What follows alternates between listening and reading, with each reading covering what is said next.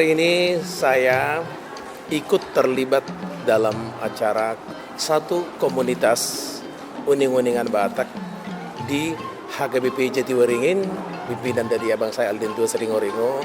Saya terkesan dan sangat luar biasa bahwa di tengah kesibukan yang Jakarta yang banyak kegiatan dan juga di tengah-tengah banyaknya perkembangan musik yang modern, tetapi ternyata bisa mereka anak muda sangat luar biasa dan kita bangga melihat mereka bukan hanya main sekadar main. Saya juga sebagai yang mengerti musik, saya juga dari musisi bisa melihat mereka bahwa main itu bukan asal.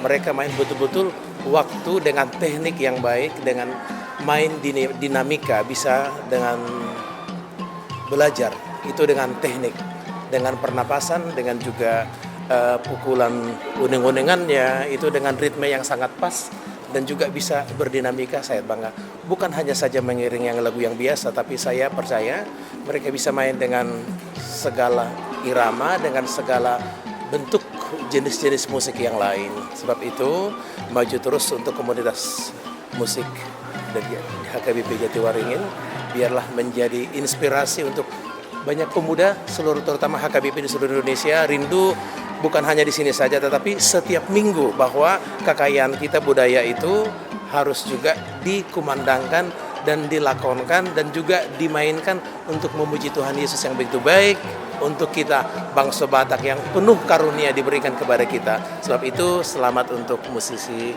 dan uning-uningan yang akan berangkat ke Gusutu Korea. Biarlah di sana menunjukkan bahwa membawa nama Batak dan juga kita HKBP bahwa musik kita juga akan dikenal di internasional. Karena dengan musik ini kita bisa mempunyai ciri, mempunyai khas. Kecapi tidak ada yang punya, sulingnya pun lain. Kita Sunda punya suling, tetapi yang kita punya tangga nada kita yang punya. Jadi Pak, itu selamat dan maju terus musik Batak, maju terus HKBP dan berkumandang untuk memuji Tuhan.